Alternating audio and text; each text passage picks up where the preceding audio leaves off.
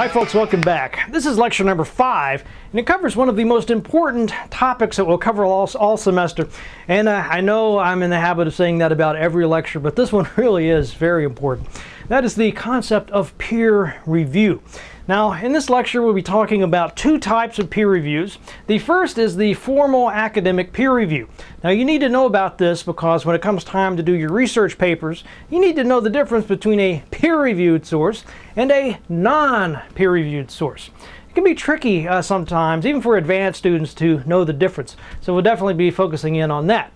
And then secondly, part of the essay writing in this class will involve you writing your own peer reviews. Now, you'll be writing peer reviews for at least 2 classmates. So the second part of this lecture will go into detail showing you exactly how to do that using Canvas. But the overall concept of these processes is pretty much the same. So what is the peer review? Here's the formal definition. It's a formal review of a document, usually written by a fellow scholar in the same academic field. Has a description of a document's strengths and the weaknesses and advice for improving the document.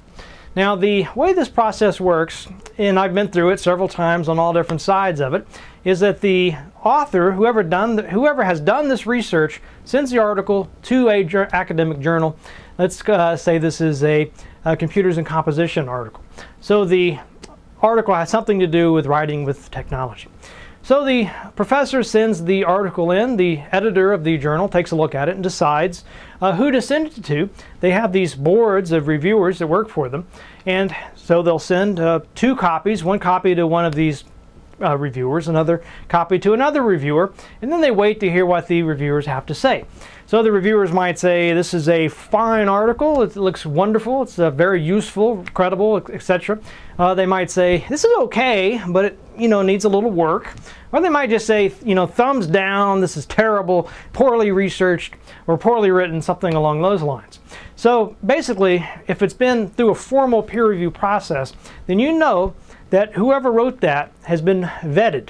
That means that at least 2 other professional scholars, people that the editor feels can be trusted, have given it the thumbs up and said it's okay to read this, that it's credible, you can trust the information as far as at least they can tell. Now, this is a big difference from something like the Scientific American magazine. I love Scientific American. We subscribe to this. I always read it. I like the articles. I find it very interesting. But it's not a peer-reviewed source. The editors of this magazine, they don't send the articles to professional earth scientists or biologists or physicists or whoever. Nobody really cares because this is not supposed to be original research. Scientific American, the writers for this magazine are not conducting their own experiments. Instead, they are going to the places where the professional scientists do the experiments. They're talking to them, they're interviewing them, they're getting notes, and then they basically report on this for a popular audience. So there's a couple of big differences here between the Scientific American and a journal of science, something like Nature, for example.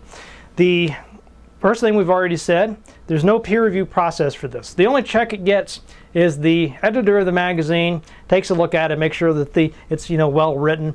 If there's obvious errors, of course they'll do something about that. And if a reporter just consistently messes up, makes big mistakes, they'll probably get fired. But there's no systematic, formal peer review process.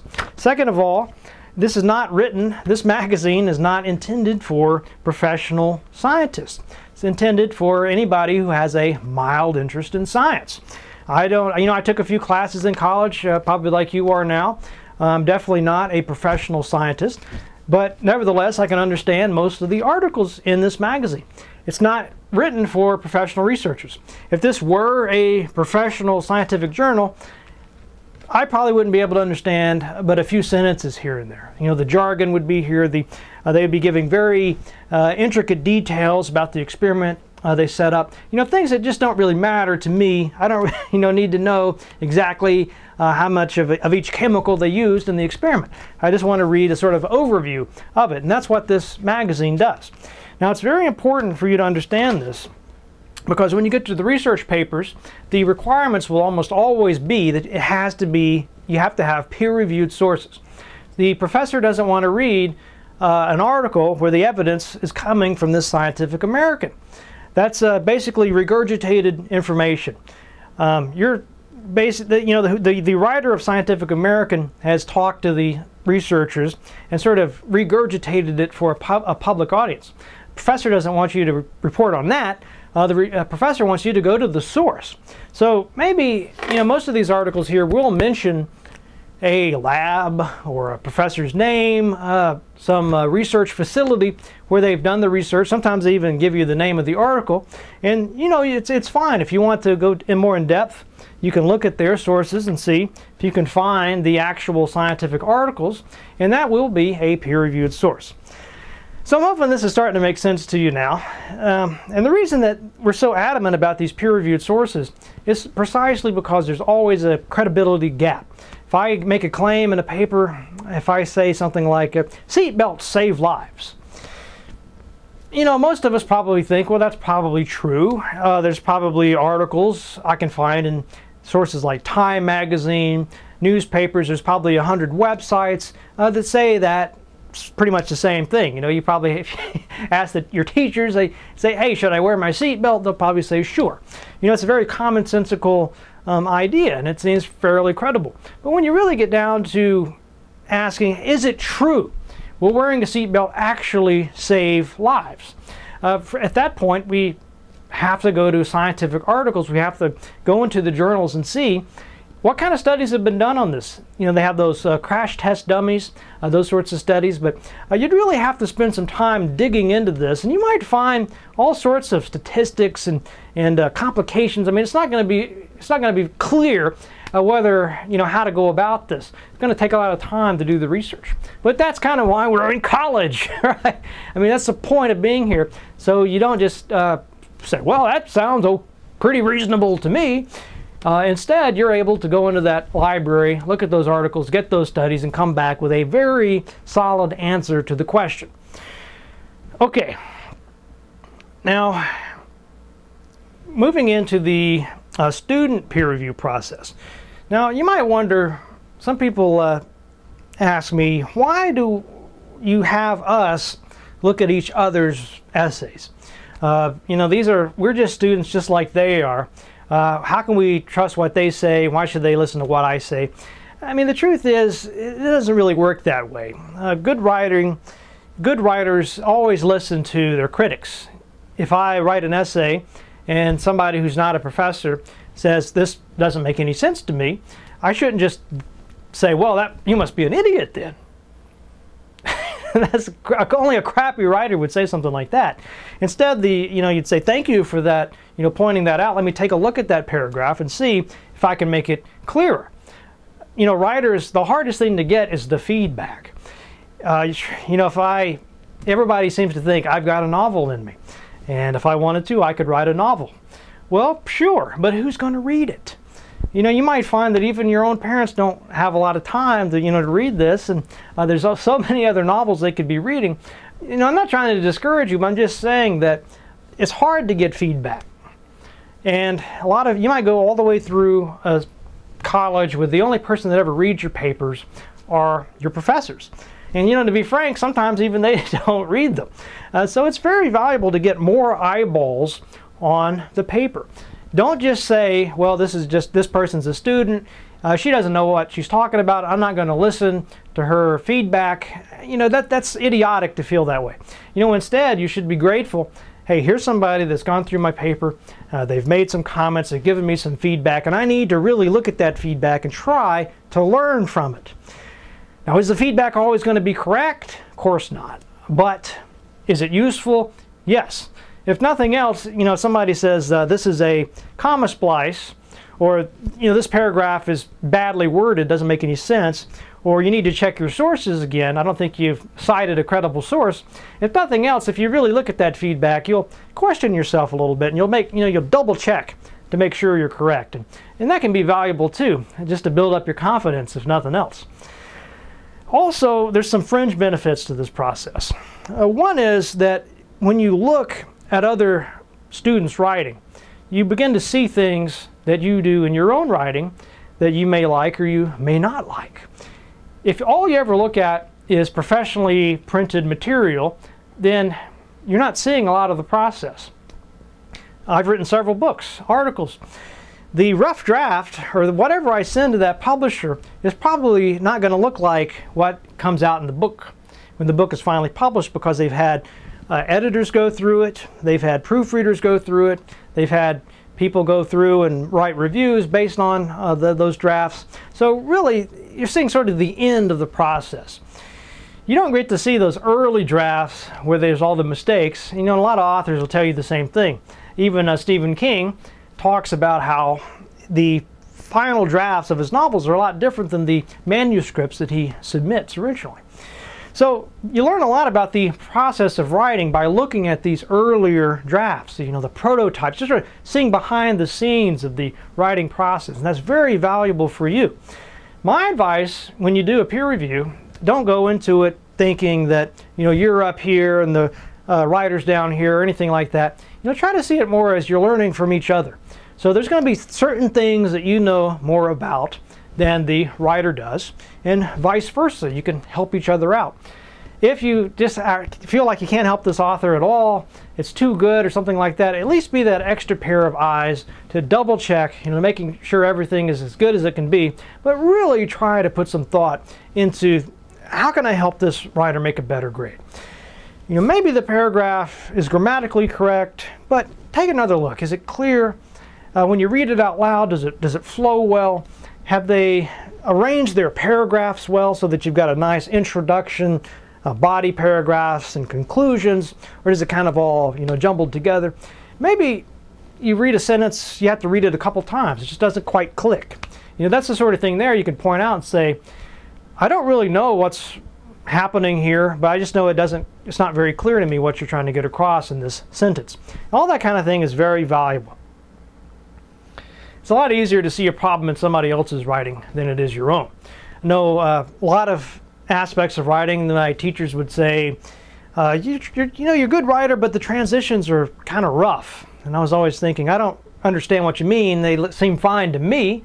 But then when I looked at some other student writers and started to see, oh yeah, I see what they're saying now. This author's sort of making these leaps. And you go, but from this paragraph to this paragraph, there's not a nice lead into that, just sort of jumps to another topic. So I didn't understand what they were talking about until I saw it in some other essay, and then it began to make sense to me. Okay, so when you do a peer review, and this is the same way I grade papers, by the way, you don't just have a general idea of saying, well, this is a good essay, or this is a bad essay. Instead, you have criteria that you use to make it a little bit more specific about what's good and what's bad about the paper. So when you do a peer review, you'll have a set of specific comments, and I'll show you how to do those, but then you'll also have some general holistic comments and something to back that up. Now, writers always want specific advice. You always ask the students when they come through this, did you like your peer reviewers? Did you feel like you learned something from your peer reviewers? And a lot of them will say, no. Okay, let's take a look at the peer reviews. And you'll notice that the reviewer only said positive things. They went on about how great the paper was, it was well written and so on, but then the students still got a bad grade. And they will be furious about this because they feel like the reviewers didn't do their due diligence. They didn't get their back with this peer review process. So don't worry so much about hurting somebody's feelings. Don't be mean by any means, that's not the point, but really try to help them to get that better grade. Now here's the 5 criteria that we'll be using: focus, development, organization, style, and conventions. I'm going to go through these very briefly. The focus, just like it sounds, is the paper focused on a specific topic. Sometimes authors try to bite off more than they can chew. They want to talk about the history of the world or the Civil War, you know, all in one small essay. You know, it's not going to happen. You want to have a topic that's manageable given the page length. So that's one thing you can look at. You can look at whether they stay on the topic or do they drift off to other things. That's focus. Most students don't have much of a hard time with focus. Once you've got a topic and you got it narrowed down enough to write in a short paper, you're probably fine. Development is where you do start to get into some trouble, because there's a lot to development. This is sort of the most important criteria. What we're looking for is the evidence and the details and the descriptions to back up what you say in the paper. So if you said in the Ideal Learning Experience project that Mr. Smith was a great instructor and was a very effective teacher, well, those are claims that you're making, generalizations about Mr. Smith. Now you need to go in and say why.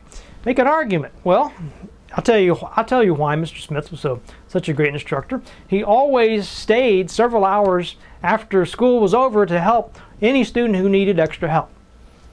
I mean, that's a pretty specific detail that backs up your point. Starting to see what I'm getting at here. Now there are other kinds of things you can put in a paper. You've got sound, things that you can hear, things that you can see, things you can smell, taste. All these senses are great for putting into a paper to liven things up. Now later on, when we get to the research, we'll be working in citations and references to the scholarship, the peer-reviewed scholarship we talked about. So that's development. We'll talk more about these later. I'll just kind of give you a brief overview now. Now the third one is organization, and this is titles. Does the paper even have a title? First thing, if the paper has no title, then you know they need to work on their organization. Introductions, you know what those are. Transitions, so in between the paragraphs, do they flow, does it connect, or does it leap? The conclusions. Now just because you say, in conclusion, that doesn't make it a conclusion. It's only a conclusion if it actually concludes the paper. If you briefly go back over the main points and end with some kind of summary statement, usually something that gives the reader a kind of a nice impression that the paper is over. Now here's what to do next. I'm going to give a little advice while we're at this about how to do the organization. Titles are the hardest thing to come up with usually. And I strongly advise you not to worry about titles until you have finished the essay. You might have a couple of different working titles that you just use as you're working, but don't worry too much about coming up with a title right away. Now ideally, the perfect title is going to do two things. One, it's going to get your attention, and two, it's going to explain clearly what that essay is about. Now this is a bad title here. Project number 1. Ah, that project number 1. Man, that was a great project there. Does project number 1 tell you anything useful about the essay? No. Is it interesting sounding? No. Ideal learning experience. Well, that's a little bit more descriptive, but it's very, very bland, and everybody could call their paper that. You need to try to think of a title that couldn't just be used with any other essay. It's got to be something specific to yours. Now you can have a little fun with the titles. People always enjoy this. So if you had a paper about a geometry class, you might call it, I Saw the Sign, Fun in Geometry. I'm a punny guy, you know. I tend to like those things, but you don't really have to use a pun if you don't want to, but just try to make it memorable and something specific to the paper. Now the introduction, it does a lot of different things actually. It's a very important paragraph. I've heard professors tell me that the most important paragraphs in your paper are the introduction and the conclusion. Because sometimes readers get in a hurry and they don't read the stuff in the middle. They just read the introduction and maybe that's all they read. Or they might read the intro and then skip to the conclusion just to make sure they've got all the points. So you really want to spend some time. It's kind of like a race too. People will forgive you if you slow down somewhere in the middle, as long as you start strong and end strong. People forget the stuff in the middle. Okay, introductions then. Here's what that should do. 1, state the issue. What are you writing about? You should have some reason for writing. And you can't just say, well, I'm writing because it was required for the class. Not a good enough reason. Put a little thought into it. Use your brain. Think of a reason why a reader might actually want to read this document. It's pretty easy. The Ideal Learning Experience project, can you think of a reason why somebody else would like to read a great essay about a really great teacher? I mean, there are lots of reasons. One could be just an interesting story. 2, you might learn something yourself. And 3, it might help people that want to become teachers learn a little bit of what worked for you might work for their students as well. So there's lots of reasons why this is important. 2, you want to make sure that your position is clear. So you make it clear that you're writing about a teacher that you like and it was very effective. That should be clear. If I read the introduction and I don't know whether you like this teacher or hated her, that's not a good introduction. I need to know what your position is. 3, you want to give some idea of the way this paper is organized. And there's ways to do that, usually with a thesis statement. Mr. Smith was a great instructor because X, Y, and Z. X will be the next paragraph, Y will be the next paragraph after that, and then Z will be the second to last paragraph, and then you'll have your conclusion. Okay, those are all things you can do in the introduction. A lot of authors talk about the hook in the intro. So with this Ideal Learning Experience project, a good hook would be what happened on the first day of class.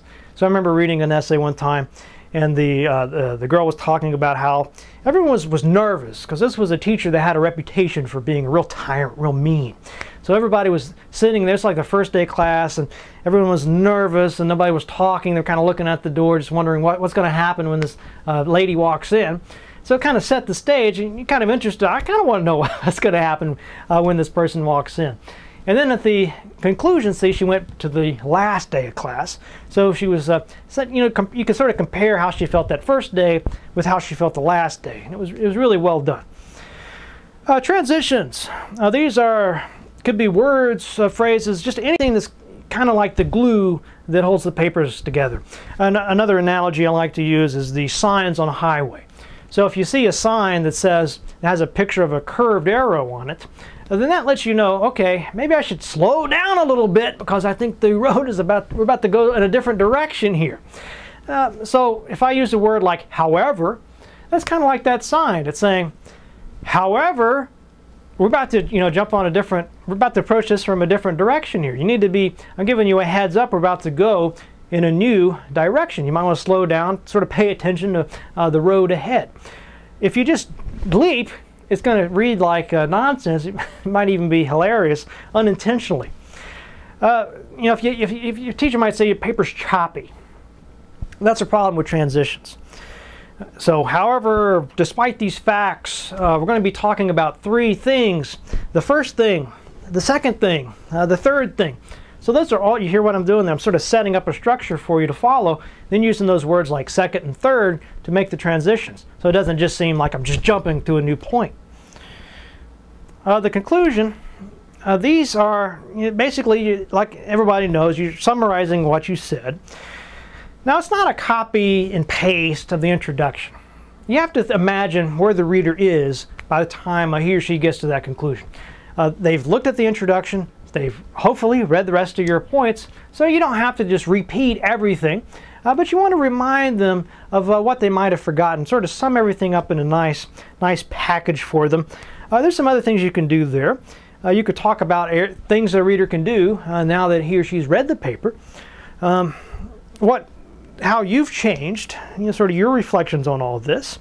You might suggest, if it's a research paper, maybe talk about some different or related avenues for research, maybe some areas you'd like to explore next, or come back to that story that you started with. Okay, so you can see organization and development are huge things, and they're going to get their own lectures later on, but that's just the basic things to look for. Now, style is basically whether the paper is pleasant to read or extremely painful. If a paragraph flows well, you read it out loud and it reads, when you're reading this out loud, you don't need to oxygen pump because the periods are in the right place. There's none of these long sentences and long stretches with no commas or semicolons. You're reading this comfortably. It makes sense to you. You can remember it. It's vivid. It's just well-written stuff. And there's tricks that authors use to make it like this. The most important, obviously, is the word choices. If I use a word like sucks in an academic paper, that looks stupid. looks like I don't understand anything about academic discourse. I'm using a slang right there in my academic discourse. Looks ridiculous. I need to think of another word besides sucky to use there. So maybe instead of this essay sucks, I might say this essay requires substantial improvement. Basically the same thing, but I'm saying it more academic language, higher level of diction there. The only way you can learn these words is to use the thesaurus, or better yet, actually do some reading, look at lots of other essays, and you'll start to pick these words up. You're much better off getting vocabulary by reading and seeing the words in context than just going to a thesaurus and just plunking in words at random. You may not even know what they mean. Just because it's in a thesaurus doesn't mean it means exactly what you think it does. For example, the word murder is not the same as the word destroy, but those would be in a thesaurus together. Probably with delete as well. Now, it'd sound kind of crazy if you said I murdered that word. No, you'd say I deleted that word. Anyway, you get the point. Sentence constructions. Is every sentence the same length? That makes it feel choppy. Looks like something a little kid would write. You want to have some long, some medium length sentences, a couple of short ones here and there.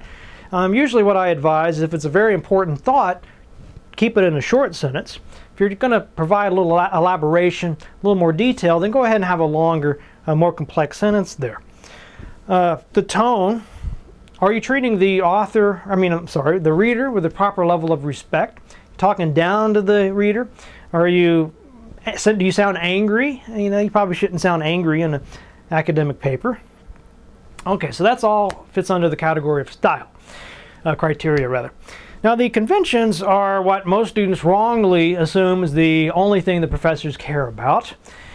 These are the commas, the semicolons, the subject-verb agreement, the pronoun antecedent agreements, basically grammar, mechanics, and all that sort of stuff. Did you cite this? If you cited something, did you do it in correct MLA format? Do you have the heading? Sometimes I get a paper and they don't even put their name on it. Okay, that's obviously a big problem with conventions. Now, really, the conventions though. I see these as they're definitely important because if you screw them up really badly, you look ridiculous. You look like you don't know what you're talking about. You look sloppy, like you didn't really put much time. You didn't put much thought and effort into this. So it's important, but it's not the only thing. It's definitely not the most important aspect of a paper. Now, conventions. If you don't know anything about commas, if that sort of thing scares you, then all you have to do is get a little grammar handbook. There's several available. The most popular one's called Strunk and White, Elements of Style. You can get this for a couple of bucks, and this will help you with all those conventions. It's really easy to learn this stuff. People make a big deal about it. I don't know why. It's the easier thing to get right. I mean, if the only thing wrong with your writing is you don't know how to use commas correctly, man, you are there.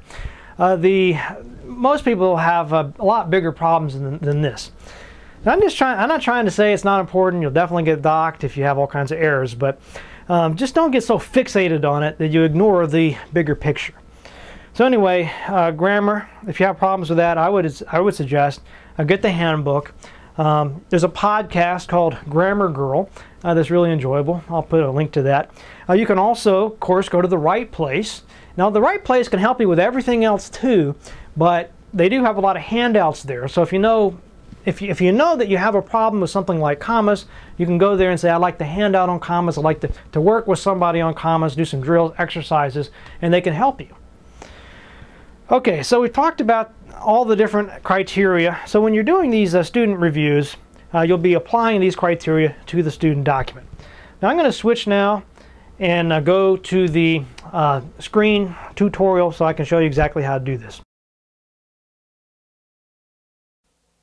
Alright folks, so I'm going to show you exactly how to do these peer reviews using Canvas, and I really think this is a really good way to do this. It's fast, it's easy, it's convenient. I think you're really going to like working with this. Now all I need to do is click Assignments, and I've got my dummy student in here, Bubba J, so you can see what it's going to look like. So let's see, where do we click? Right here, past assignments. And over here it says turned in, so he's turned in his project. And here's what we want to focus on, assigned peer reviews. So you see you have 2 people here. If you don't have people here, you need to let me know. It probably means you submitted your assignment late, and I'll have to go in and manually do it. So that's a good reason to get your stuff in on time. Let's go ahead and click on one of these. Now here we're going to get preview the document, and we can click directly on it. Why don't we just do the preview first? Okay, so that pops up in there. Now this is a tool here called Crocodoc, and if you want to, you can just use this to make your comments. So we can click on the comment button there, and we'll just let you put in the comment wherever you want. So you see how I did that? You can scoot back over and make more comments wherever they need to be. You can also draw on the document. So maybe you think that should be a little over to the left. You can use the highlighter tool here if you want to talk about several, spots. Do that, even do that in different colors. You can put a text box somewhere. I'm just making stuff up. I hope you understand, just to show you what it looks like. We also have strikeout. So if you think this sentence should just be cut, you can click that. Okay, let's see what else. Anyway, I think you could probably take it from there. Now, if you want to do it this way, that's fine. If you don't forget, though, part of it is you want to make specific comments like these, but also some general comments, and you can do that over here in this big box. You can expand that out and just say something along, this paper was good. I really liked X, Y, and Z. The focus was good. Development, not so good. Whatever. Sort of general comments can go here. And then over here, you can point to specific things. Hopefully that makes sense to you. Now, another way to do these reviews is not to use this tool. And just, when it pops up, open it up in Word. And Microsoft Word has a lot of the same abilities, much more. One nice thing about doing it in Word, it'll highlight things for you like that misspelling there. Actually, is that a misspelling? I guess that's kind of a slang term. But we can highlight it, and up here, click on Review tab. And then we could say New Comment. Say, check the spelling of this word. I don't know, ride-alongs. I have heard that word before, so I guess it is correctly used there. Might want to put it in quotation marks, just so we know that it is a kind of a slang expression. And you just keep going through the document like this. And, like I said, I like to see lots of comments. So if you just turn in a couple of comments, you definitely won't make an A on this.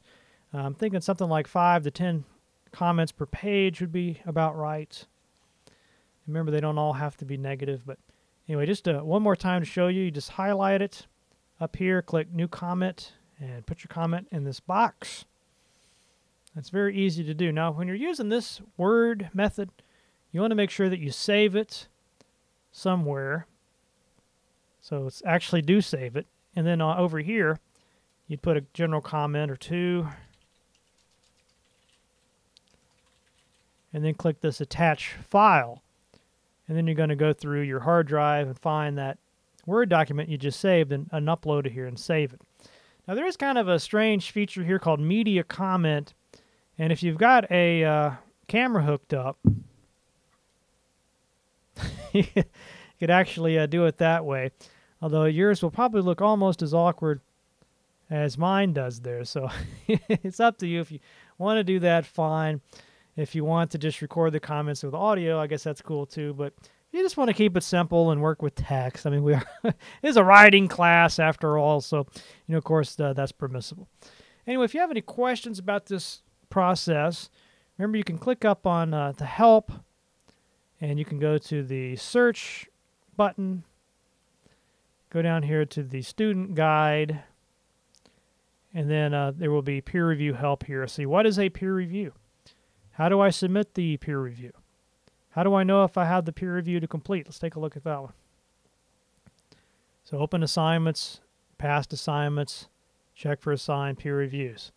So just what I showed you. So I think that's pretty clear. If you do have any questions about anything I didn't cover here, just let me know. Remember, you can ask questions on that discussion board. If worse comes to worse, you can email me. If you're just totally lost, though, just come to my office. Have office hours. I have those posted on the syllabus now, so you can just drop by. Anyway, do let me know if you have questions, and good luck.